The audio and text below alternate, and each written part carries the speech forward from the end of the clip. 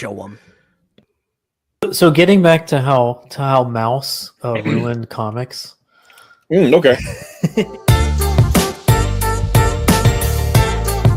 All right, 30 seconds. Your 30 seconds are up. No more boomer music. Wait a second. Where are the rest of us? Oh, there we are. Welcome to Wednesday. Welcome to May Eve here on the Mattriatrchy. That's right. Tomorrow, this is the beginning of the Celtic reckoning of summer. So put that in your pipe, guys. Today we're talking. I think not about you and I summer. are the only people here that recognize that. Yeah, probably.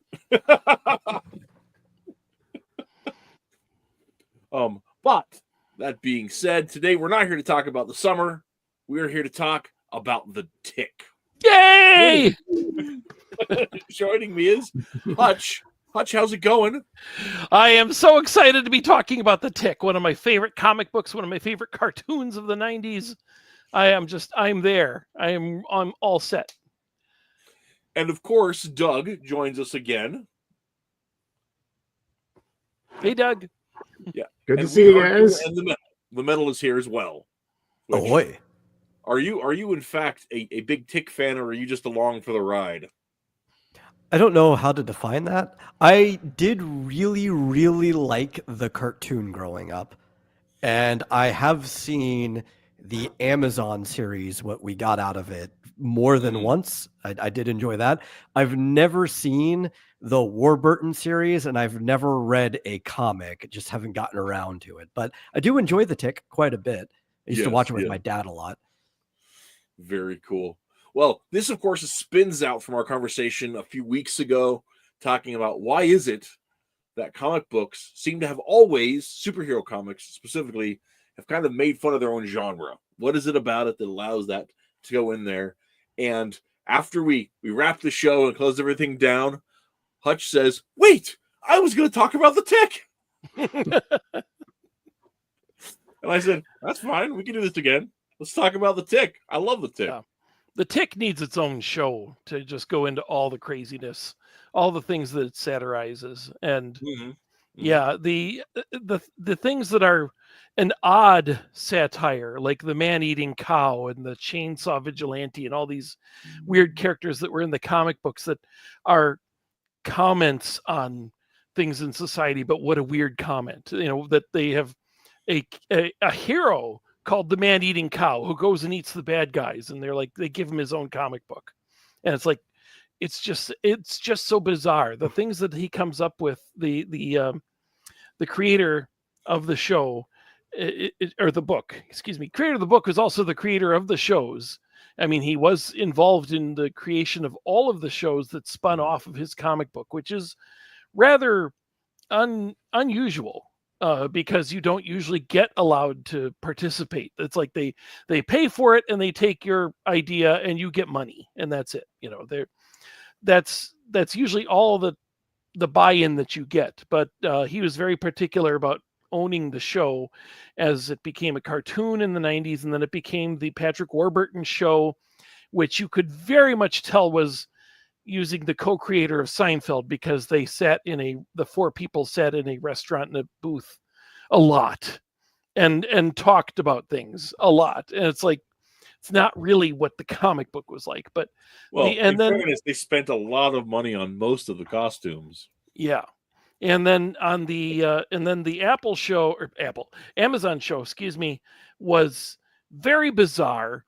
Mostly in the fact that it went for the F-bomb. It went full adult. And it's like, this is something that so many people would recognize it as a cartoon, and it was a very strange choice. I think that Amazon pushes for that though in all their adaptations, because Tom Clancy's books are actually very light in swearing for the most part. And when they made the Jack Ryan series, it was just swearing right and left. So it's more, regardless of what property it is, swear in it because we're adult here at Amazon. It's kind of the idea. Or maybe... Well, I think it was kind of a meeting Yeah, I think it was meeting both ways because there were some interviews with him where he was saying that one of the reasons he accepted Amazon's offer in the first place is because of the freedom that it would allow him in the show. Which sadly they canceled him, and he said he was looking for another place that would pick up the series, but I guess that just never happened. He couldn't find a deal anywhere. Yeah, and I understand that it's probably also a case of if you read the first book, I talked about this a little before we went on air. The first issue of The Tick actually has some swear words in it, or excuse me, it might be issue 2, the one that introduces the girl who's being chased by the ninjas. I think that's actually the second issue. She actually says the BS word and said out loud. And then when they made it into trade paperback, when they reprinted that issue, they changed it because there's no swearing in The Tick otherwise. And it's kind of like he initially wanted it to be more like the Teenage Mutant Ninja Turtles were initially conceived, as being more of an adult book. But then kids really like it, and it's like, okay, let's just go for that. And the fact that it turned into a wonderful Saturday morning cartoon kind of shows just how well that was an appropriate fit. But yeah, he might have always wanted to be more adult with it. So it's possible. But given how the Amazon show just wasn't, it didn't have the madcap craziness of the 90s 80s and 90s comics. So I don't know. It's kind of like, at this late date, I don't know that it works. But that would be a whole other conversation, I imagine. Well, and I think part of it is the difference in technology, right? Of media, right? Medium, I should say. The difference between what you can do in a cartoon and what you can do in, a live action show. They just really aren't the same. Yeah. Especially when you think about just like how far the bar goes with something like The Tick, right? Like one of my favorite things for the cartoon is the Midnight Bomber, what bombs at midnight. Yeah. Right? That whole character. And he becomes a joke because everything about that character design is so over the top. But people aren't shaped that way. Right? Yeah. So true. I think so. That's one of the things where part of the humor is the character design, and I don't know that you necessarily be able to translate that into live action. Sure.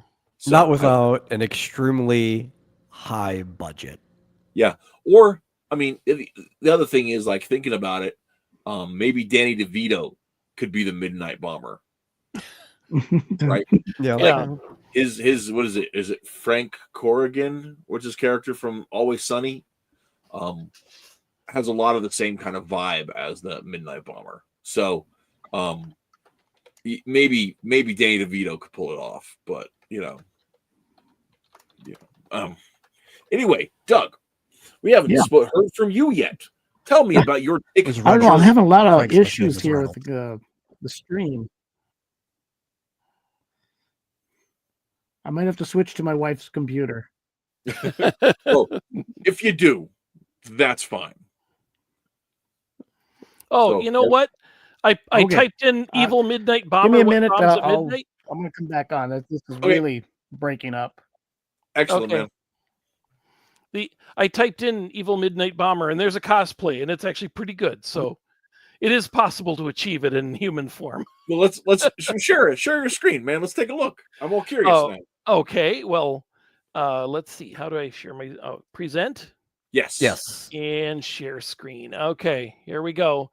I'm just going to click that. Oh, goodness. Here we go. Share. And let me know if it's working. Okay, so there we've got the evil midnight bomber. He's got his bag labeled bombs. And let me go back to if we're going to look at all the images, there you can kind of see. I get that it's exaggerated and that mouths don't open that far, but right. Aside from that, this is achievable. I mean, in the same way that the tick has gigantic eyeballs, and that never works as a human, and they had to make allowances for the face and that kind of thing when they did the Tick live action. With modern technology, for just like close-ups, or if you want to get an exaggerated scene, you could do some face tracking and then just exaggerate it during that one moment where you need to get his expression off. It's not that hard. Yeah. Kind of like the gigantic eyeballs on that that one. Rita. Yeah, thank you. Yeah. The larger eyeballs, because it's taken from an anime, and so they just gave her huge eyes for the movie. Which they're talking about making a sequel to Battle Angel. So, are they? Finally? Yeah. Well, they were talking about it, so we don't actually know when that's going to be happening. But I know that was it Cameron? Yeah, and Rodriguez is the actual director of it. Okay. Cameron's more of like the overhead producer and everything. But I know Cameron was wanting to do the entire series, and I was just like, he's been wanting to do the entire series forever. That's why, what was it, Dark Angel, that was originally going to be a Battle Angel show, and like, we can't do that. It's like, okay, fine, we'll make something else. So, which is crazy. So anyway, I showed the tick there with the full face reveal, rather than having like the nose, the distinctive nose that goes with that costume. And it probably really helps for expression, for trying to convey, to the audience. That's what people always complain about in every, comic book adaptation, is that you're wearing a big mask over your face the whole time and you're trying to emote to the audience. So yeah. So that it's probably less comfortable. It's having a thing with the nose and a bit going up the side, it would probably also be less comfortable. So I get it. I'll tell you this much: Warburton's like his whole portrayal is so great. It is, yeah.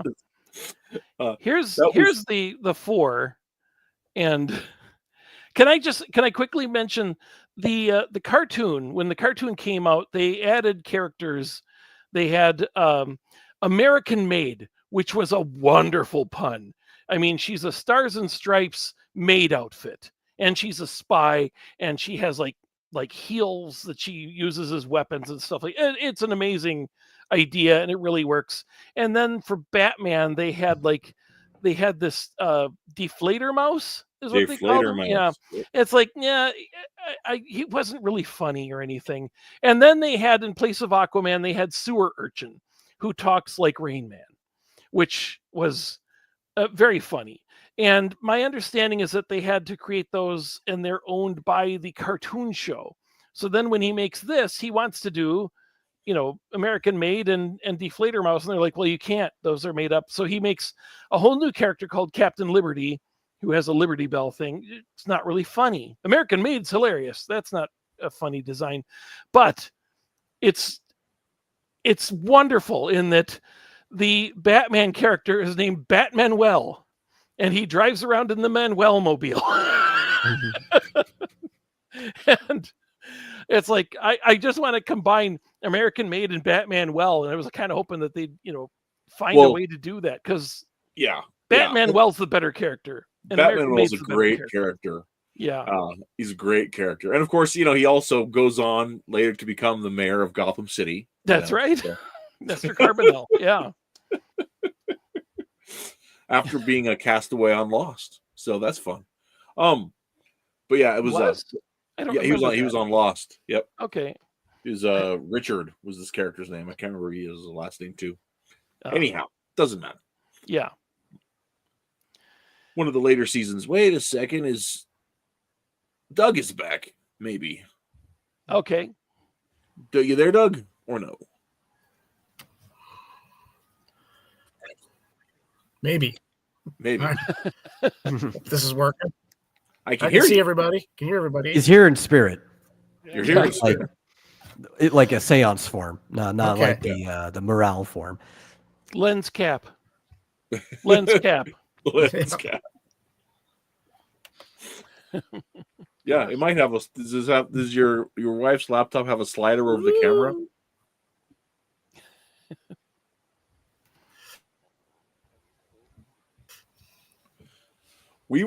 Anyway. Yeah, Dave, if we get Doug back, great. Hey, you can't see Meyer Metal's face. You don't see us complaining about it. Yeah. That's true. But anyway, Dave, we were just talking about the Mad Midnight Bomber. What bombs at midnight? And we're just going on about that. Oh my gosh, that's literally Twitless's favorite part. How is he not here for this? Oh man, it was really great. I don't know. He's because he's busy. He's got stuff going on in this phase of his life. I'm That's gonna have More to do important this things to do. on behalf of him then, because he literally wrote a super schooled strip with that exact joke in mind. oh, that's great. Super. Yeah, I loved it. I love it. So now a little bit of background. We're talking about the Tick. A little bit of background, of course. Ben Edlund created the Tick, and I'm sure everybody here knows this. Maybe, who knows? Created the Tick. As there was it wasn't like a contest per se, but he was a regular at the New England comic shop, New England Comics. They're wherever in New England they're at. I can't remember the name of the city they're in, Boston or something, Baltimore. I don't know. Anyway, somewhere all out of New east. England's like one place. Yeah. It might as well be when you're from out here in Western Nebraska. But he he was friends with the guy who ran the shop, and the guys at the shop decided they wanted to get in on this black and white comic thing back in the 80s. And so Ben says, "Well, I can draw," and so he invents the Tick, and really impresses the guys at the shop, and goes crazy. Right? He becomes the mascot for New England Comics, the little shop there, and for their publishing wing. And I don't honestly know what else happened with the shop other than the Tick money just kept rolling in. And it went from a little black and white to a major cartoon to a national phenomenon. Like a certain set of turtles. Yeah. And yet at the same time, the comic book only went 12 issues and ended on a cliffhanger. And I don't know what happened in Ben's life that I guess maybe it was a struggle to come up with each issue, because I know there was a long lead time between every single installment. It wasn't a monthly comic. And I think he reached 12 and he was kind of tired of it and he wanted to do other things. Or I don't know. I don't know what the reason was. Well, but and I don't know exactly either, but I do know they had spin-off titles, right? Like Paul the Samurai had a whole series as well. And I don't think Ben was drawing those. I think he was just writing them. But between writing spin-off stories, writing, doing ad copy, doing advertisement art for New England Comics, to being a producer on the cartoon show, I can easily see not having the time to spend on your silly little comic, right? Yeah. And that's okay. In typical fashion, everything can just end on a cliffhanger every time it gets rebooted or whatever. Yeah. And he became for those who don't know, he became associated with Joss Whedon, worked with him on Titan AE, the cartoon. Yeah, he co-wrote Titan AE along with Joss Whedon. I did not know that. Whedon worked on Titan. Oh, sorry, I was thinking Attack on Titan. Yeah, Titan After Earth. Yeah, Titan After Earth. And you can kind of tell from I would bet anything in the world that he wrote the clever guard scene, because it just seemed very much like his writing. But he was also on... I bet he named the planet Bob too, didn't he? Probably. Yeah. And I like and then he was involved in Firefly. He wrote Janestown, probably the funniest installment of the whole series. So oh geez, I didn't know that either. Yeah, that was his episode. That's crazy. That's a great episode. Yeah. I really like Firefly. I know that some people don't. I really do. I love it. Who doesn't? However, I didn't dislike it. I didn't really get all the hype. Shocking. So, I think I came to the conclusion that people really just liked it for Nathan Fillion. Yeah. The thing is like I like Firefly, but when I first saw it, I was very upset that it ended. But years later, I realized it's like everyone. What? It's Like, basically you everyone. don't It's like have an- one season. That was That's it. not an original story there. Right. No. Yeah, But the thing yeah. is like I'm actually really glad it only got one season because as it happened while Joss Whedon's star was rising, but Yeah. he wasn't the only mover and shaker behind the show, but he was Right. the one whose energy got attached to it further on it went. And Joss Whedon is a creative black hole, and so if he'd been allowed to continue with that show, he would have driven it into the ground. There we go. And he didn't. He was taken away from him, and I think that was a very good thing. So, Mhm. Yeah. the Yeah, one because of they the got other, like some comics or whatever afterward. Because they had like nothing to do with them, they weren't bad. yeah. I mean, I read a couple of the comics. I didn't read a lot. Just had trouble finding them. They weren't terrible. Joss's brother wrote some of them. And this isn't a Firefly episode, but no, it's not. No, it's I not. will I But- will well I will mention that when I watched it, I get why it failed. It's like even as I enjoyed it, it's like they keep talking in Chinese all of a sudden, and they don't tell you they're like halfway through a sentence and they switch their language. And if you're watching that at home without captions, you're like, what did he say? What did he say? I love that, too. Especially if you don't know about the whole thing about them being partly like Chinese and English. You know, if you don't get that, they Why don't really I explain remember it. that at all? Oh, they Yeah. constantly Dude, switch up like their all the language. writing in the background is in Chinese characters too, or Yeah, all the money. yeah. and- Right. The idea is the same story as Titan AE, right? Where the Earth's spent, and so they go out into the universe. But the only two people on Earth that are able to fund this space travel are the Chinese and the Anglosphere, and so they agree to put aside their differences for the sake of survival. And so the new society that's built is built on one that's part Anglo and part Sino. And I get all that. I get Right. all that. But it's as far as trying to watch a show at home and you're trying to absorb it, and all of a sudden it's like you didn't catch what he said the second half of that sentence, and you don't even realize it's because he suddenly switched to Mandarin. Right. You know what I mean? It's very confusing. And if you're trying to appeal to a general audience, it's like some are really going to get into it, and some of them are going to find it hard to approach. Is all I'm saying. Right. And one of the other producers behind the series was Tim Minier, who was one of the producers of the Family Channel Zorro series too. And I don't think that I don't know if there is a story there, but just looking at projects after, I don't think he and Joss continued their cooperation.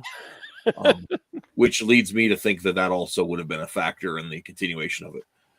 But I don't know any inside baseball on a 30-year-old TV show. So yeah, Isaac is also correct. It was aired out of order, so it was hard to follow the story.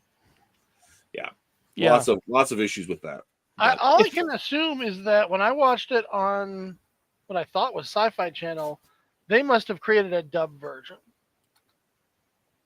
You mean where they dubbed all the Chinese into English? I don't know. Yeah, I've never seen that version. Yeah, but because I know I also watched a version that didn't have all the nudity and stuff in it as well. So I didn't know there was nudity in the show. Yeah, there's a bit. Well, There's okay, a well bit. that's interesting. Okay. So there are definitely different versions out there then. Can you share my screen? Certainly. So as we're talking about, he did his association with Whedon on several projects. I don't know where he went for a decade, but then he was allowed to do another whack at the tick in live action, and it was for Amazon.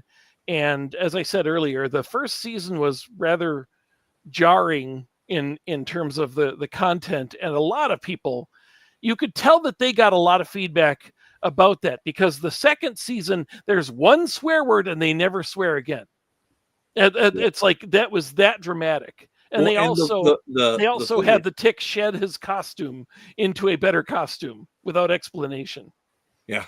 Because of course it's never a costume, it's who he is. He never explains that he's wearing clothing of any kind.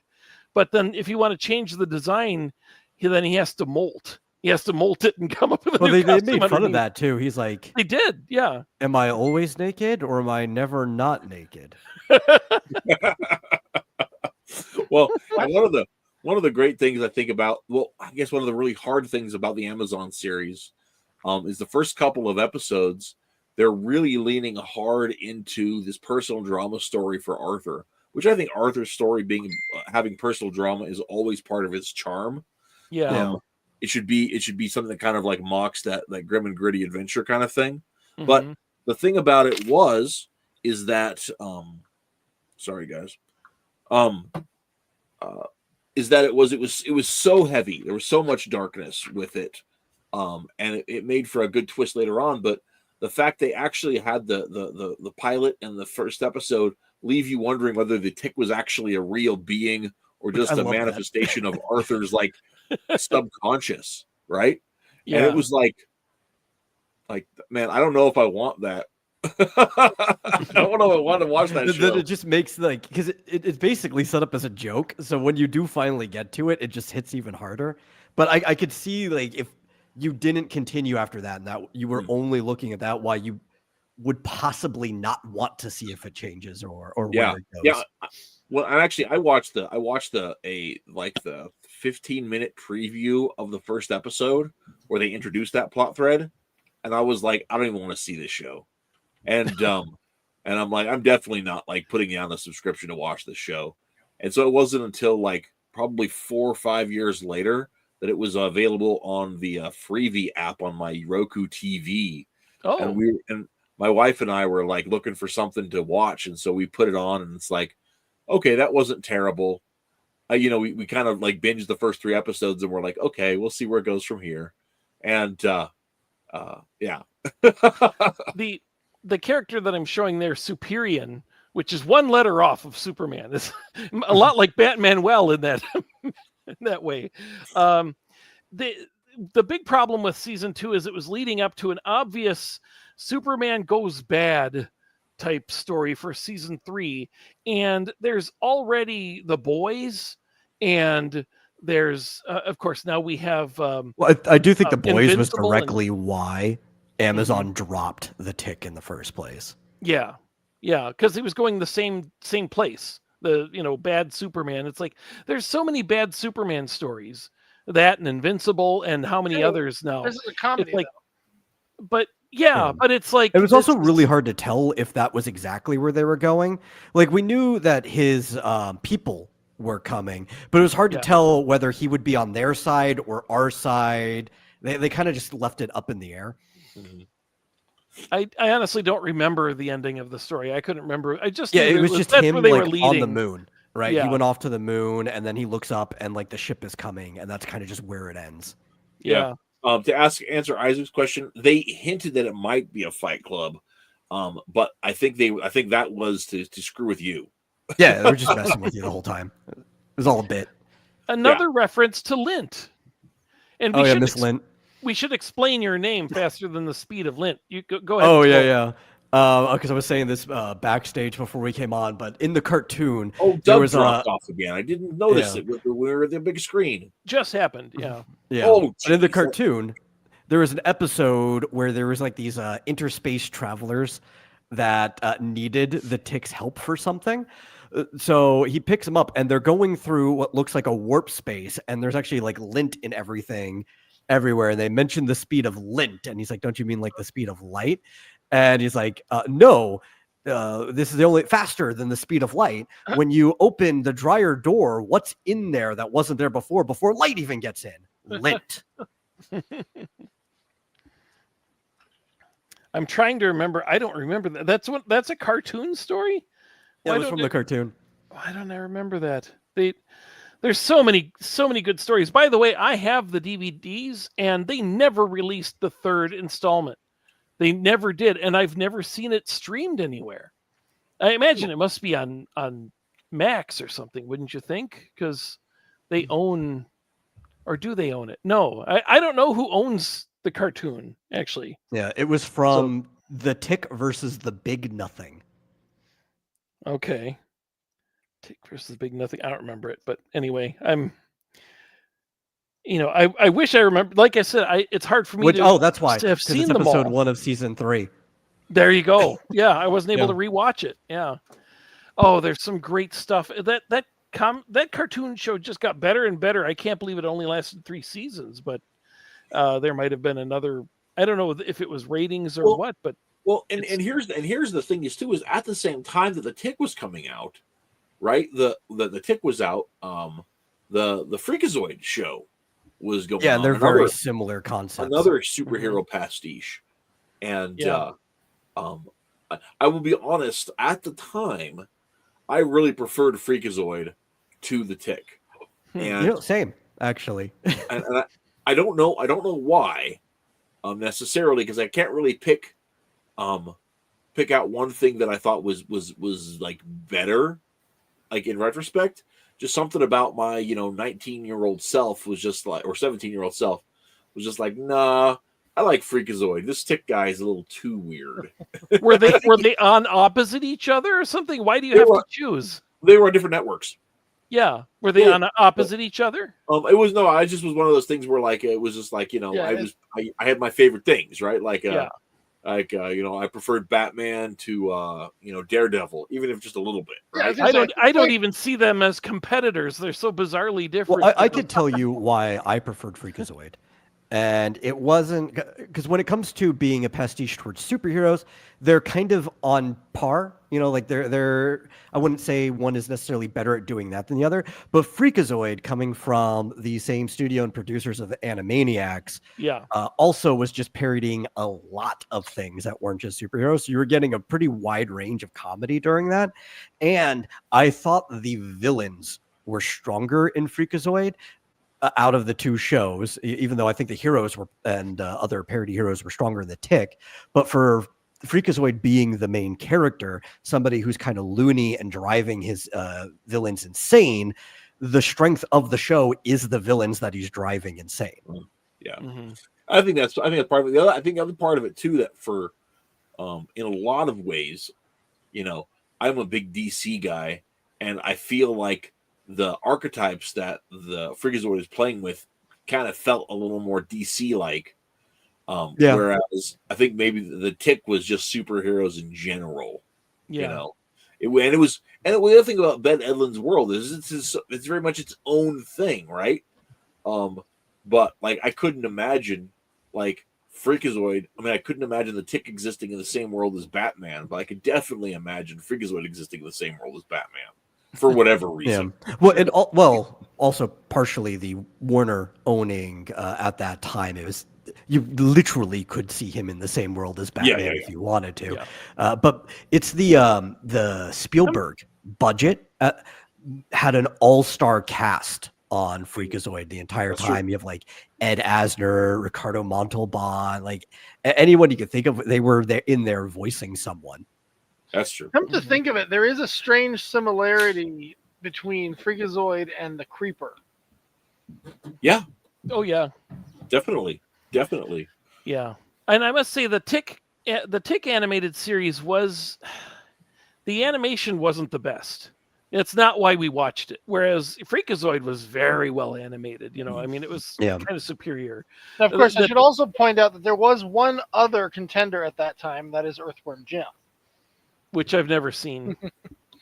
Oh, no. See, here's the thing. I've never seen any of the three. I knew about them. Somehow, they always managed to go above my head. I never got around to actually watching any of them. So I am the peanut gallery tonight. Well, we appreciate that. Isaac says, Freakazoid made you feel like he knew the whole time he was in on the joke. Like, yeah, I'm an actor in a stupid part. The Tick was full of drinking his own Kool-Aid. Actually, and that's one of the things that like later on I really appreciated about the Tick was the intrinsic sincerity of the character, right? Yeah, like this was 17-year-old me in the late 90s, right? Was very high on my own irony, those angsty Gen Xers in our grunge music. Because you could argue that while the Tick is kind of parodying what you know of superheroes, he's parodying the superhero genre itself, while Freakazoid is parodying the media and industry around the superhero, because it is very much a kind of like Hollywood parody of a show, even going as far as having its bits like the explaining of the rating systems and stuff like that. I just watched all of Freakazoid recently because I have it on my hard drive and I rewatch it frequently. And the whole like the Screamo-Vision segment, right? Yeah. in the Candle Jack episode, which I want to point out, if you recall, because several cartoons that I did watch at that same time, that was totally a WB thing. Because if you look at both Tiny Toons and Animaniacs, they did that same kind of commentary all the time. Yeah, it was the same studio. All three of them at that time were the same studio. What I'm saying. Yeah. It's that Spielberg thing, like the producer thing. And back to onto the Earthworm Jim aspect. That was also Spielberg, although indirectly, because it wasn't Spielberg, but it was a Spielberg adjacent. Because while the Earthworm Jim cartoon was being made, Doug was also working for DreamWorks on the clay animation video games. Why my brain's skipping out on my head here? Oh my gosh. Skull Monkeys and Neverhood. Neverhood, yeah, for DreamWorks. And so there is similar stuff in the air about it. Mm-hmm. Now well, I have spoon to point out to you as well. I love that. We're just like trying to come up with a catchphrase, and he's just staring at a spoon for a while. Then later on, he's standing up there in the warehouse window shouting "spoon." Yeah, and that's from the book. That was from the book. He was sitting there.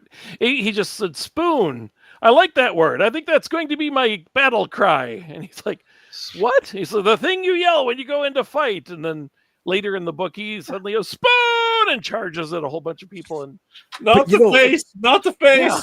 Yeah. In that regard, about the sincerity of the character, one thing I like is that within whichever version that you're engaging with, there is a continuity to the ridiculous stuff they do. Like with that sincerity and genuineness, they keep to it.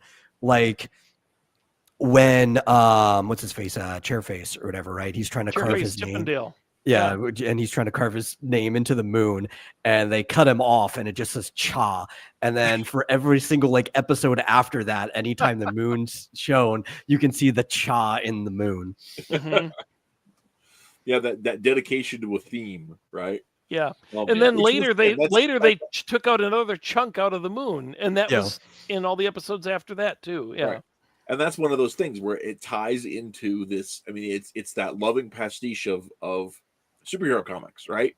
Where superheroes have these convoluted, involved, interwoven alternate histories that they dwell in.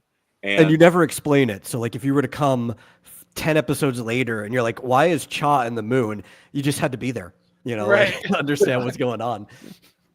You're right. And yep.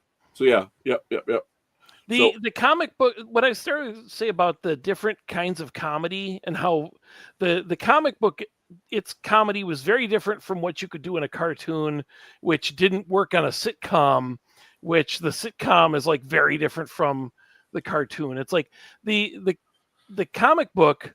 One of the funniest bits ever in the opening issues was that there are these ninjas who are going after the Tick the whole time, and they're going after Oedipus, the woman, and so he's protecting Oedipus, and they're going to a party at her house, and the ninja bad guy says, "My ninjas have surrounded the house, cleverly disguised as a hedge," and there's a whole ring of ninjas standing about, arm length apart. Each one is holding like one branch of leaves, and people are walking by and they say, "Go away, we're a hedge." But it works. and That would actually probably work in real life too, because people would just think you're some type of bizarre street performer or something, and they would just leave you to your work. You're going to a fancy black tie party and pretending, and then there's the help is pretending to be a hedge. Yeah, they It's actually like, had the hedge as a T-shirt that wrapped around the entire bottom of the shirt. And I really wish I could have gotten that. That's Darn great. it. Can't seem to find a picture of that moon cha.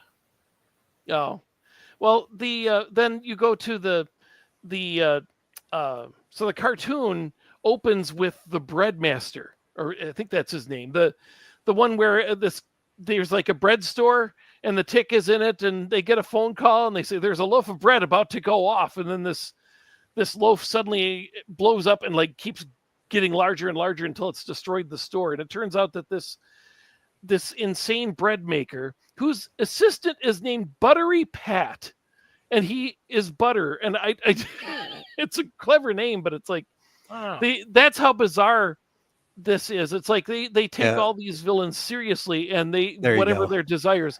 The breadmaster wants to he wants to get back at all the soft, doughy Wonder Bread type of American bread. He wants real crusty bread, and so he's destroying bread stores. It's like, that's the plot. It's bizarre. And then you go to the sitcom, and the sitcom was, they didn't really fight villains much at all. I mean, aside from the first one, which basically was taken from a comic book, the pilot, aside from that, there wasn't really much of fighting anybody. It's more just wry commentary on heroes. And then that would be the Amazon one actually had action, but is it funny? It doesn't. It's like far too serious. Oh, I thought it was hilarious. I don't know. It just had a wrong tone, It had a completely different sense of humor, so I get it. Yeah. I think, though, I might be the perfect, overlapping niche audience for anything regarding the Tick, because me and my dad used to watch the Tick when I was a kid, and then the Amazon show comes out, and I acquired it because neither of us have Amazon, and I plugged my laptop into the TV, and my dad and I watched the Tick season 1, and both of us were laughing nonstop and thought the show was amazing. I was like, I guess we're just the perfect audience for this guy's stuff. Whatever he wants to put out, we'll probably just enjoy it. Well, and I think that there is humor in it. But the question is because I understand what you're saying about the tone, because it is a vastly different tone. Yeah. Than the other productions of it. But I think that part of that comes to is that the jokes are subtler, but they're also in the playing of the opposites, right? Like the idea that Dot becomes takes on the path of the hero after they find out, after she spends the first season really scolding Arthur for not dealing with his psychological problems and trying to be a superhero instead. And then Arthur takes ownership over his own life and tries to do something with himself, even if he's not completely successful at it. Well, that inspires Dot to not live in the past either. And they take that action hero aspect to it. But that's intrinsically funny. Yeah. I think. But there's also explicitly funny stuff too. Like Jackie Earl Haley's portrayal of the Terror is hilarious the entire time he is on screen, whatever he's doing. Especially with the kid and the ice cream cone bit that happens. There's just a bunch of really, really funny bits with the Terror, and he's not the only thing that's funny. But it's there's a lot of just explicit humor in that show. Maybe I need to rewatch it. I don't know. It's so much more serious. I mean, people actually die in it, and tragically, Arthur's dad gets crushed or something, and he's a kid, right? And and the all the big supervillains got killed by the Terror. They were given a sexually transmitted disease that killed them. It was something like that. It was weaponized version of gonorrhea. I think it was. Yeah, it was something like that. Yeah. Joe. And yeah, it's but it also they all die. I mean, it's not that nobody died in the comic book or the well, certainly not in the cartoon series, but in the comic book, I think the head ninja guy fell to his death, but that's like minor compared to everything else in the book. Well, it's and I think too, if I might, risk psychologizing you on here. Oh, hey, Doug says, I'm sorry I had to drop out. I don't know what's going on. It's fine, man. I'm sorry that you couldn't stick around. I really was looking forward to having you on. We'll have to try to catch you when the space lasers aren't interrupting your internet signal or whatever. So it's no biggie though, man. We appreciate you. Anyhow, what I was saying is I think that there may be Hutch for you. I know that you have had, and I have as well, in a lot of ways, such strong reactions to the glorifying of the DC universe, right, and everything that happened after Identity Crisis, right? Yeah. Yeah, true. And how the universe that was supposed to be built on hope and archetypal hero myths and all that kind of stuff just became like a slaughter fest full of gore porn. Yeah. And damn you, Dan DiDio. Anyway, but with that, I think that it's easy to transpose. I would think, and maybe I'm out of line here, and tell me if I am, but I can definitely see it easy to transpose that level of disappointment onto this other version of the Tick that has this more, where the humor is built around that kind of violence. Right. And especially with Overkill. I don't remember. That's like I clearly have forgotten a lot of the Amazon show. I remember the others so well, and I can't remember the Amazon show too well. I think it did not make a good impression on me because I did not watch it twice, and everything else I've rewatched. So here's the question: has Amazon made anything that's good? Yeah. A few many things. Yeah. A few things. That first season of Jack Reacher was really good. I didn't see the second. Oh, Jack Reacher. Yeah. Oh, I've been watching Reacher the entire time. Blacklist. Blacklist was really good with little what's his name? Come on. Yeah. Nobody can fail 100% of the time. They do some good stuff, but my dad, who is House of David, was really good. Yeah, I didn't see that one. I like Invincible, the cartoon. I like Invincible. If it wasn't for the fact that it's doing exactly the stuff that The Boys did, I think it would be making far more of an impression. I'm not going to touch that with a 10-foot pole. Yeah. Well, I mean, and that's part of the thing is you get products like The Boys, you get products like Hitman, right? But they were always designed to have that kind of 90s edgy boy humor to them. Yeah. Right. Yeah. And so when they play in that sandbox, it doesn't feel disjointed.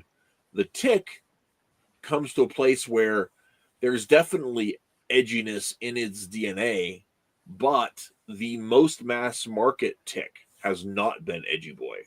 It's just been that sardonic, satirical, lampooning of superhero comics. And so I think that's a different perspective on it. And that was like one of the things where, I felt as the series went along, right, it seemed to shed some of that edgy boyness, right?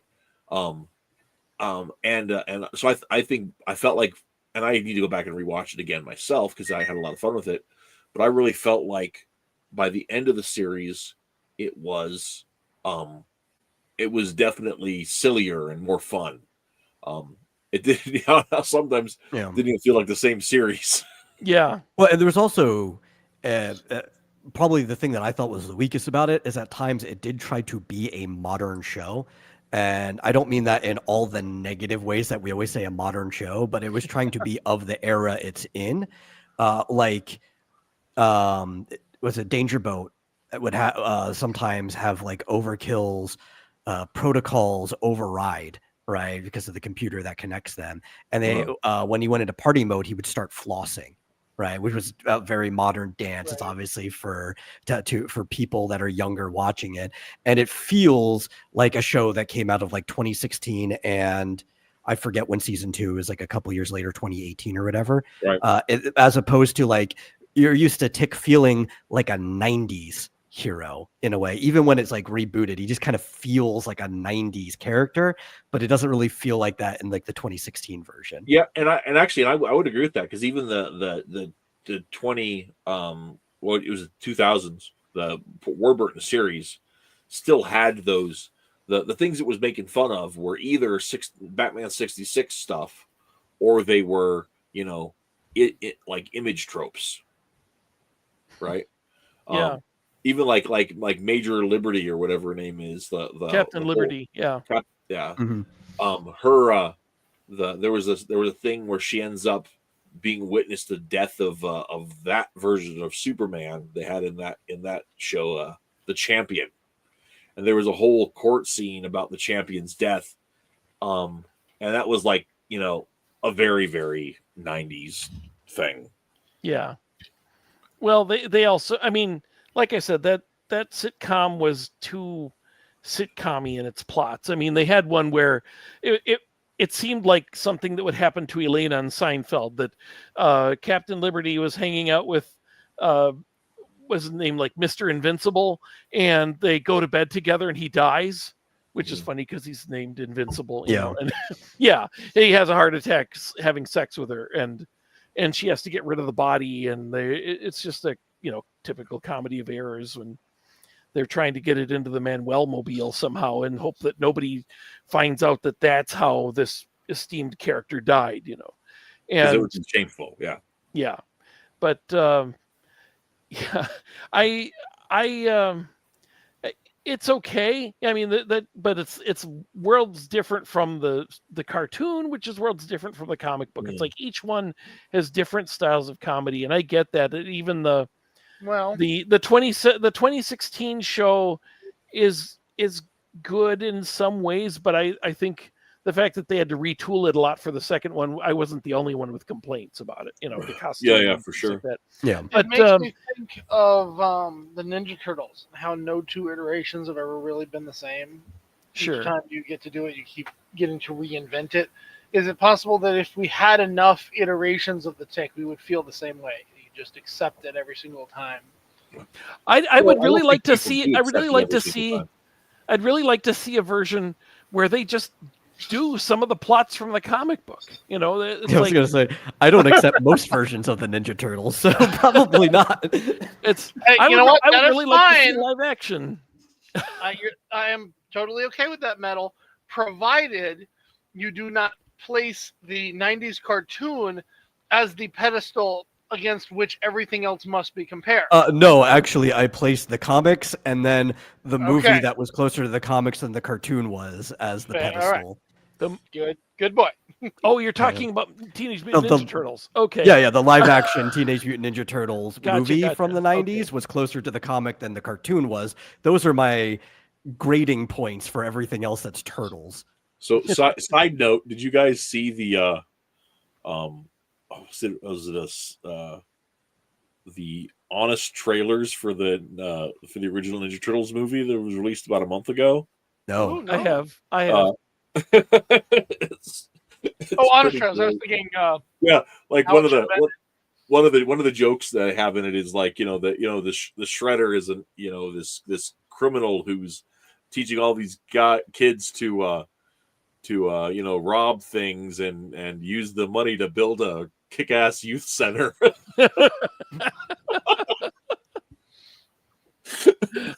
I'm like, I want to build a kick-ass youth center. Man, I don't think I've watched an Honest trailer in like 10 years. Forever. It just came up as a push notification on my phone. I haven't sought one out in a while, but I was like, Turtles. Okay. I'll check that out. I like Turtles. Yeah. The one of the funnier episodes of the cartoon, I talked about Sewer Urchin. I don't know if you've seen it. He's a joke because he's got this aquatic suit and he emerges from the sewer and hangs out with the guys. And obviously he smells just terribly and he talks like Rain Man all the time. And so they kind of stay away from him a little bit, But there's one episode where all of a sudden his villain is getting out of control and they follow him into the sewer and they go to his headquarters where he has it's like the Batcave. It has 30 variations on his suit for various types of underwater fighting that you need to engage in and various weapons and all that. And it's like, and he's really good. And he really is a good superhero. And they're kind of surprised because he's such a joke when he comes out of the water and hangs out with them. But he really has big bad villains that he fights, and they're this all is impressed with him, the autistic superhero before everybody started getting overdiagnosed with autism. Right? Yeah. Well, and the other thing is he's also playing he's playing on the whole Super Friends pastiche of Aquaman, right? Yeah. Where if you read the Aquaman comics, you're like, okay, the dude's he's a king, he's got a legitimate Yeah. I mean, he's super strong. Takes out he's legitimate threats to the world and ocean all the time. And, yeah. He's recognized by undersea kingdoms of fish people that as the his son was murdered. His like son was murdered, and he's the joke character of the Super Friends. Exactly. Yeah. Yeah. So, but so Aquaman. That's one of the things that was before Jeff Johns' Aquaman, before Momoa's Aquaman. Yeah, those of us who were Aqua fans from back in the day, we recognize the high drama that Aquaman represented. And even though it's the name's a little silly and the costume's a little silly, but no, of course it's a superhero comic, so who cares about that? We're dealing with big geopolitical issues and deep human drama, and I've even said this on the show before. You even go back to the early. The late 50s, early 60s Aquaman stories that are written, their big market was 10-year-old girls, right? And so they're writing complex emotional stories about belonging and family and relationships and duty and all this other kind of stuff. They're written in a register for 10-year-old girls, but they're these large concepts that they're putting into these little stories about sea monsters and royal balls and all the other kind of stuff. And fire trolls, right? But there's still these complex concepts. So as the audience grows up through the 60s, those stories get more and more complicated and more fleshed out, and to the point where Aquaman's son is murdered, and that's a huge thing. And in the middle of all of that, not a Aquaman series story stream. But the sewer urchin character it's in some ways it clearly is pastiches that comic book fact, which is one of those things that where even within the fandom of all of these smelly basement dwellers would pick on me for liking Aquaman. I'm like, listen, I don't like Aquaman, I have children. What are you going on about? Yeah. Well, it's also the people who make fun of Aquaman are obviously people that know nothing about the character except for maybe they've seen an episode of Super Friends or something. Be like, oh, what's Aquaman gonna do? Talk to some fish and get them to squirt water at me? It's like, no, he's gonna throw an entire ocean liner at you. What's your deal? This is a guy who regularly trades blows with people that are Superman level. Yeah, no, you're just done if he wasn't a nice guy and a superhero. Right. Yeah. Well, and so the thing is that is a meme within the fandom, and to see when I was older and I went back and I saw that episode of the Tick, to see them hone in on this niche infighting little thing. At least I felt they were very clearly talking about that, because I've talked to Namor fans who had the same experience, right? Where Namor's one of the main Golden Age characters. I mean, he kept Atlas. That's why Marvel exists today, is because they were able to pay Stan Lee because people were buying so many Namor comics. right? So, but anyway, so you have that whole that thing, and they're obviously playing in with that, and so you see that like Ben and his team have such a love and a knowledge. I mean, they're part of the community, right? And this goes back to our previous conversation about why do superhero comics make fun of themselves? Well, because you give crap to the people you care about. That's that there are probably psychological aspects to it too, where we need because their comics are built on high drama, because superheroes, I should say, are built on high drama. We need release valves with it, and some of that's silly costumes, and some of that's this lampooning, but also in a lot of ways, like these elements being worked in are demonstrations of the belonging that they. I mean, they you can't call Ben a tourist, right? He's been in the comic mines. Yeah. Yeah. The book, if you've read the books, they start out in the city. That's the name of the city, is the city. And then for some, I forget what reason, they have to leave and go to New York. I don't even remember why, but they head out. Its own, because if you said the city, most people's minds would just think of New York. So like, New York, yeah. That's not the city we're in. Right. But they go on a road trip, and it's a wonderful story. That's the one that had the red eye, where that's the only color in the black and white book, is the one character's red eye. Oh, wow. His color is red, yeah. And is that his name, the red eye? I don't remember. It was a very funny sequence, but then they encounter the Civic-Minded Five. That's the name of the superhero team from a minor. It's like Platteville has superheroes or something. It's a small town that has some superheroes, and one of them is Four-Legged Man, who is never shown below the waist. But that's his power, is he has 4 legs, and there's just they're not really good superheroes, but It's like how his 4 legs function. We'll leave that to the imagination. Right, or how it's useful. Yeah, and then he gets to New York, and that's where the Midnight Bomber, What Bombs at Midnight, is taken right from that book. I don't know if you've read that one. Okay, no, I haven't. That is, but the bomber is not in it.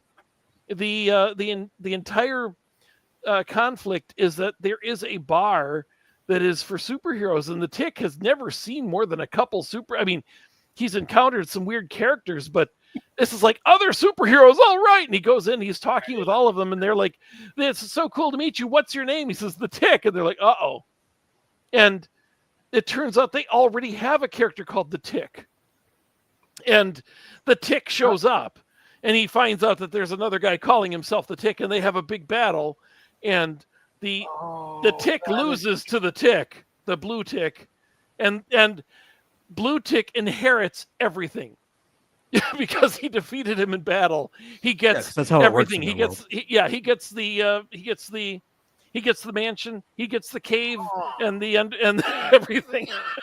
And that was like the last issue. What's really interesting about that is that story literally happened with Buffalo Bill. And I can't help but wonder if they knew that.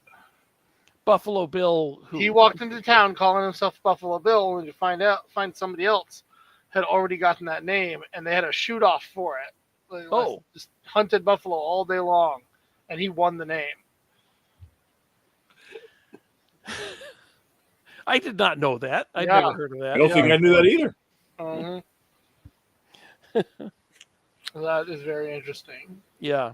The other Tick has like a shield that is like has like a gravity function that you can crush anybody under your shield, and it's got a Tick-shaped shield with little arms that stick out, and it's like he's like a not bad character in his own little motif, but he's mad that they have the same name and they have to fight for it. It's just very funny, and then I think, did they do that in the cartoon, or was it just the Mad Bomber? Okay, No, they there did. was a Tick. He was a brown character, and he had Yeah. like a long like proboscis. Yeah. On his costume. And he had on his back. He had this like carapace that had like little arms hanging off in it. That was it. That's the shield. Yeah. Yeah. So yeah, I couldn't remember how the cartoon played out, but yeah, it was pretty much one of the only adaptations from the comic book was that episode. And I was so into it and so excited about where it was going, and then it's just issue 12 happened and ended on a cliffhanger, and we're all waiting, and years go by, and we're all waiting, and it's like, and then, he never says it's not happening, but finally some other artists and writers had to come up with a issue 13. It's not Ben Edlund's 13, but here's the 13 of what could possibly be one of the endings, just to show what happened with all the people that he was about to take on. So, what would be a really interesting idea for like a one-shot storyline comic is to do, how like video games have different endings sometimes. So you go through like a 12-issue arc, and then the final issue, you pass it on to several other artists, and everybody does their own ending of it. They did that. It was called DC Challenge, and it was awful. Oh, darn. No, it's not quite the same. I'm kidding, but that's okay. The was that where they all passed everything on to everybody? Yes, each issue of the comic was a different creative team who could use any characters they wanted from DC Comics at any time period or whatever. It's just any characters you wanted to use, and then give it to the next guy, and then finally they had to make sense of it at the end. Gotcha. It's like it's the Lost before Lost happened, where they had no ending in mind, but they had to come up with one, and satisfy every cliffhanger. It was a mess. It was not interesting. It's just they had to get out of it somehow. Mm-hmm. But anyway, that's I don't really have anything else to say about the Tick, except that I wish I could see the cartoon again. All of it. I want to see that third season, but I don't know where. I guess I have to go on, find. Let me see if it's on like Watch Anime Online. I'm already looking at WTO right now. The second he said that, I was already looking. I've got to go to the Yo Ho Ho guys. Yeah, dude, I hate down them in the T's. It's the only way to see that in the Drew Carey show. All the stuff that they won't release. I still love hard DVDs. I want them, especially since they started messing with the digital versions of stuff. And it's on Amazon. They have. Duh, should have known it. Yeah. It's on Amazon? Yeah, because they own it, right? So I suppose they do. The cartoon is on so WCO has all 36 episodes, including the beginning of season 3, 24, Tick versus the Big Nothing. So you can just go and find it there. Okay. The best episode is the Tick versus Science. So if you haven't seen that out there, episode 34. They got it. There you go. That's one of the best ones, and I like that one, and the one where they do a hero swap across, like when characters have they have some like a student exchange program. Yeah, thing, they get Blitzen and. Not Donder and Blitzen. It's like the Lightning and Thunder, but they're from Europe. And then there's this character called Eastern Bloc Robot Cowboy, who is clearly a vending machine, with arms and feet. And at the end, the Tick pulls out a coin, throws it at the vending machine, and the dispensing slot drops out a brain. He says, "Oh, cool! I got his brain." That's how he wins against the guy.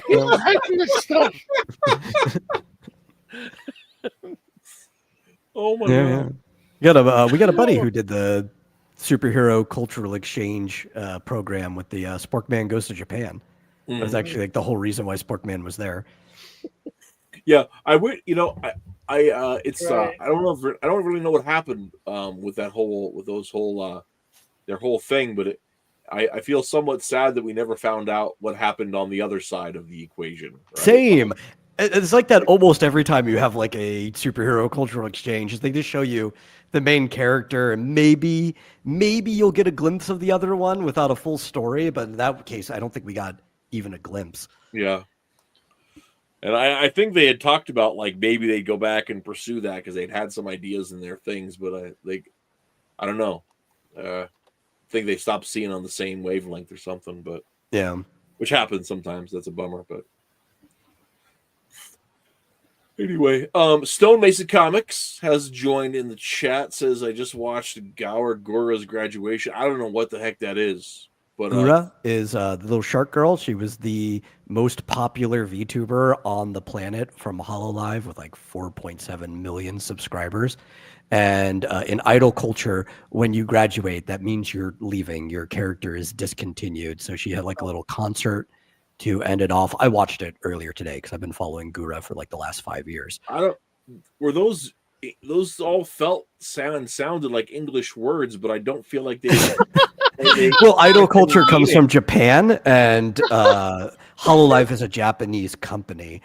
Guru was part of their English branch, which was still in Japan, but the actual idols that perform in English as opposed to in Japanese.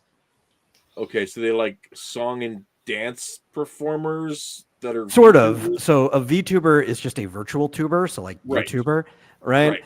They do all kinds of things, but they do like the idol concerts as well on top of that. But they'll play like video games or whatever, and they just have their virtual little avatar on screen that is motion capped to like whatever their face and mouth is doing at the moment. Right. Okay. And It's kind of like Gem in the holograms, but in real life. okay, so okay, so the company like has limited time contracts with particular performers that are playing specific characters. More or less, yeah. Okay. She chose to leave due to management issues. So when you leave and your character gets graduated, they might hold on to it with like the idea that, they might come back, they might do a collaboration thing, but because they own the character, you can't use it after you leave. Okay, that seems weird to me. Yeah, well, that's just the whole idol culture. A lot of them they do go on to do other things. They just have to use a different name or whatever. It's almost like a wrestler, right? Where like the WWE owns your wrestling persona. Yeah, we just talked whatever, about that last week. Actually, you missed it though, Metal. It was an amazing discussion of the Warrior comic series. I'm sure it was, but I was busy. You can go back and check it out next time you're need something to listen to if you're going to clean out a drain or fix a garburator. Yeah. Oh, I've seen this character. Yeah, it's a Gura. I think I've seen this hoodie actually in real life. Yeah, they've made Birch since she became popular. Like, even as far as idols go, if you were just to take her combined viewer count, she was the most popular idol in the history of idol culture. Okay. Weird. Yeah. So for people who follow that stuff, it was a pretty sad day. But she's probably going to go on. She'll resurrect her old user before she signed a contract with HoloLive or whatever. Like, they are the one missing out for her not being there, not the other way around. Yeah. Okay. Guys, can I ask a question? Please. You said you were looking at Amazon Prime, and you said the cartoon is on there. I can't find it. Well, that's not where I was looking. Oh, okay. Because I just Tick. googled "watch the Tick" cartoon. It came right up. Okay, well, I'm sure I can do that, but I'm private chat. somebody This who is where likes- you can watch the whole thing. I'll bring it up. I like legit purchase. I like to support the people who put out stuff by actually buying the official thing. And I agree, but I also don't like to support Amazon in any way, shape, or form. yeah, but also they've never put out season 3 in any legit way, so it's impossible to support it. That's what I'm looking Yeah. at. It's like, yeah. So, okay. Yeah, so it is available somewhere. I get that. So, the Idea Men is the first one. I was wrong. It's not the Bread Guys. It's the Idea Men. Okay. Yeah, I forgot about that. The Breadmasters it says episode it's 5. unavailable. I'm sorry. Okay. Missed. Didn't see that. Oh, Isaac says it's on YouTube. Yeah. Okay. Oh, my bad. okay. It So, probably is on YouTube. Yeah. Instead, we have this. I I never love how understood. some of the titles are. Yeah, no, don't actually share that on stream though. We don't want this site to be taken down. That's why I dropped it in the private chat. Are you crazy? It's like the thing is like never share the links to your piracy websites in public areas. Well, see, We I want don't. them to continue running for as long as How possible. am I supposed to know what is piracy and what isn't? It's just out there. Right? You just Googled it and ended up there. Yeah, I get it. Oh, I miss the cartoon. I wish that everybody. Here's the thing. I wish kids nowadays were exposed to the cartoon. It's like you can't even find it, and that's so frustrating. It's like they should be seeing this. It's hilarious. And even if it only ran for, what did you say, 30 episodes? It was 36. 36 episodes. Yeah, it's Well, that's the other thing. I feel like if you're not actively utilizing your property after a certain amount of time, you should lose the rights to it. Because Yeah, otherwise, but it's yeah. trapped that behind this exists. copyright. That's, Yeah, that It's called actually public is domain. yeah. Right, but I'm saying it should go into public domain much, after a certain period of time. If you have not done anything with it, Yeah, that Yeah. exists already. it should be You're like just 20 not like happy 50 with the years. amount of time that we have. Right. Right. If you're not touching it, if you're not actively using it, it should be like 20 years or something max. And Yeah. Yeah, because I mean they put out the first 2 seasons and they were disappointed in how it did, and it's like I didn't see, you didn't do any promotion. You didn't do any kind of, attempt to get it out there for kids Right. to see. So, otherwise, it's you're gonna just holding it behind this wall of Yeah. copyright here, and nobody can ever experience it. right. I just, Yeah, well, I wish- believe what was it? Mhm. Its original airing was done with Century Fox, right? yeah, it It was was on on the Fox, Fox yeah. channel. Yeah. Yeah. And so was the Warburton show. It was on Fox. I think he probably just did a lot of work with Fox because Titan AE was also done with Fox Animation Studios as Yep. well. Yeah, he must have had a strong Don association. Bluth. Which means that Disney owns them now? Well, not guess. necessarily. It It's like- depends on how the rights were done in the first place. Yeah, Right, exactly. I mean, like they may own certain distribution rights, but that doesn't mean they actually own the property. I mean, like that was the. Yeah. I I mean, they Right. might own those cartoon-only characters that they had issues with. Like those are probably in Disney's hands now if they stayed with Fox the entire time. Yeah. Yeah, like American Made and the sewer urchin, and yeah, they didn't do much. I mean, they put out these little rubber characters, but they've never made like action figures or anything like that for any of their stuff. They don't exploit. Yeah, there should be a market, you'd think, for that stuff, but I don't know. I heard you say American Made. Is that by any chance MAID? MAID, yeah. She wears She was maids a out. maid. Yeah, that's good. It's a great It's – keeping America tidy, name. you know? yeah. That's a good He's pun. there to clean up crime.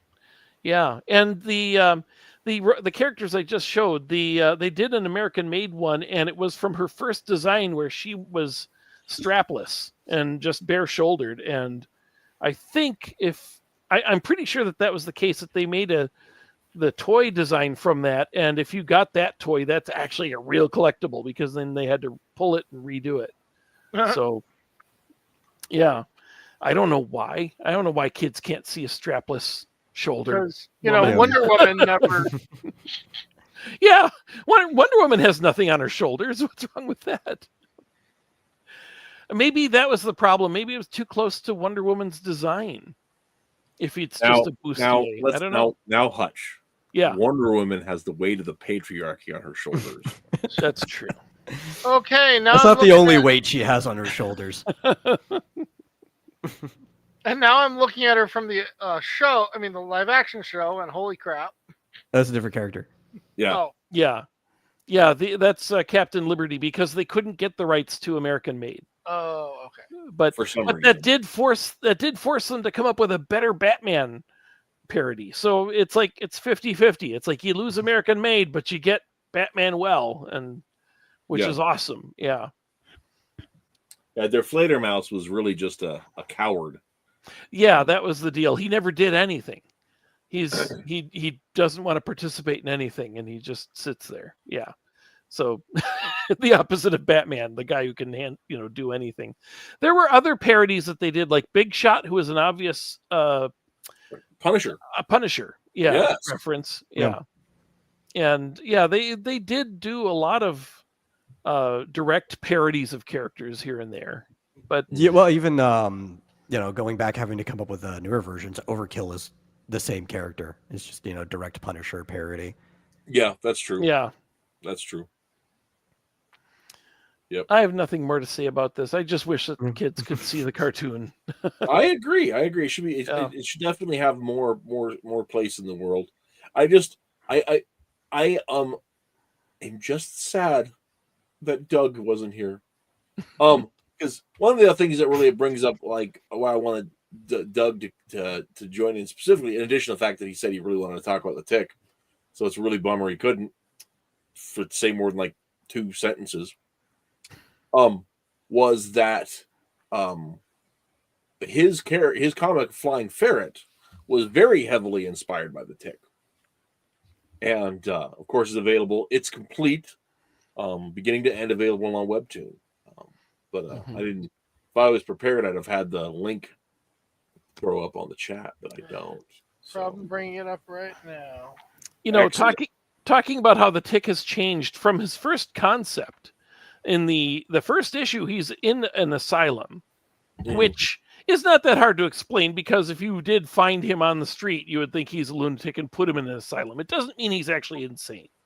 And he's like hanging around in the rubber room, and he's like, "I'm done here," and he just takes off his straight jacket and busts out, and that's how the first one began. And he was wearing a Viewmaster on a strap. And he called it his crime finder, and he'd hold up a Viewmaster to his eyes. His what? Sorry, no, go ahead. So he has this. He calls it his crime finder, and he's looking around, and then he has that, and he wore that for like several issues, and then kind of let it drop because it is a licensed product, I suppose. But there was one time that Arthur is walking around their apartment. He looks down. He sees the Viewmaster. And he picks it up and looks inside, and there is like a heads-up display that says "Crime nearby over there," and it has like stats of what the criminals are. And he like jerks it back, and he looks into it, and there's like 3D dinosaurs. The Valley of the Dinosaurs.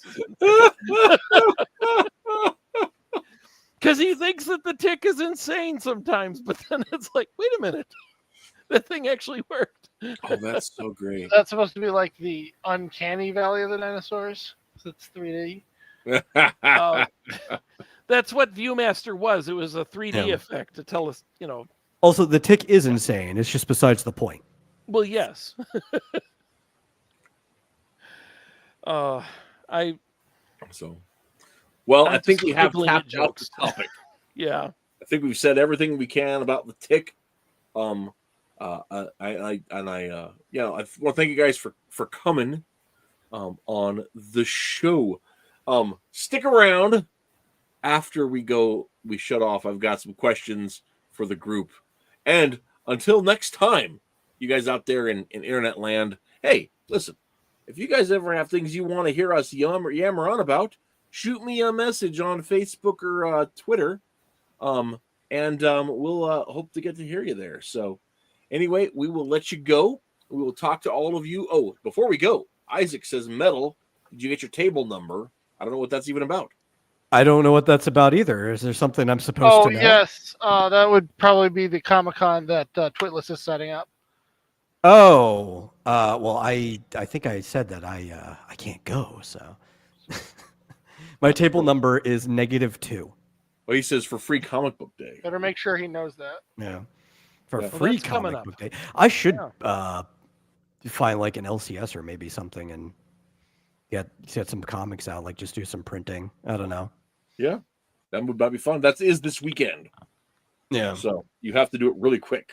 Oh wow. Yeah. Yeah. I could maybe I have enough ink and paper that I could just like print out and staple together like 20 copies of like the Bodacious Bikini Battle Babes of Brutus Bay or something like that, since it's all black and white. I'll consider it. Just hand out, not even in folded comic book form, just like the full pages, just stapled Just together here, lazily. Get yourself a stapler. Enjoy. Yeah. It's like, here's a manuscript of the comic form. Here you go. Well, it's just photocopy paper and paper clips. So Yeah, that's all on we need. panel net 7, the guy goes over to the other place. Well, this is at least a drawn comic. Okay, there are pictures they can look at. Yeah, and it's finished. That's the other. Yeah, you can read it on the website right now if you wanted to, Yep. or on Fables. Which actually, let me drop that link. If you, I love it when people read things on my own website. But the thing is, Fables is ad supported, and I like money. I was going to link this. Where's my personal link? I think Fables is currently down. It's a small ran website. It goes down sometimes. Not for long though. But anyway, yeah, go read my stuff there instead. All of it. Just go through. I don't even care if you read it. Just click the pages. Get me my ad revenue.